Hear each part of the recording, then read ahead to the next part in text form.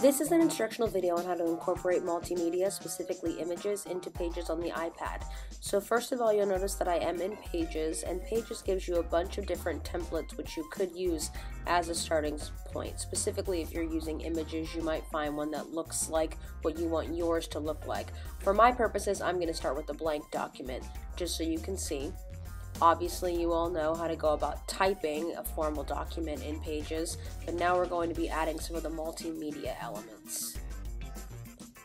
By using the plus sign in the top right corner, you could add a lot of different items, but for our purposes, we're going to be focusing on images. So on the far right, you'll see the icon for images, and then I can get my camera roll, or I might find them from another source. In my camera roll, all I have to do is tap on the images that I want, and you'll notice in the background that they start sort of piling on top of each other.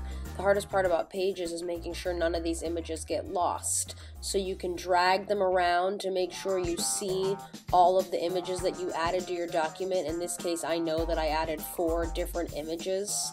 Once they're all at least a little bit visible, I can start editing them. So this paintbrush is the formatting palette for whatever I'm clicked on. It's very important to pay attention to these little blue dots to see what you're clicked on.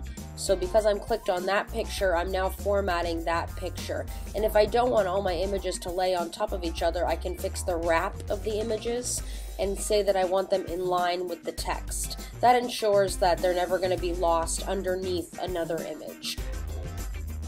Finally, feel free to be creative with the incorporation of images into your Pages document. You do not have to line them up with the text. You can always go back into the formatting palette and make them wrapped automatically around the text, above and below the text.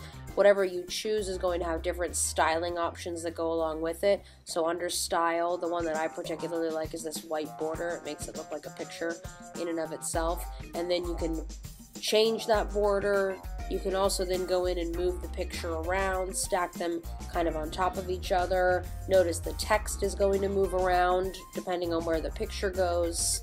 And then you can have fun making your document unique.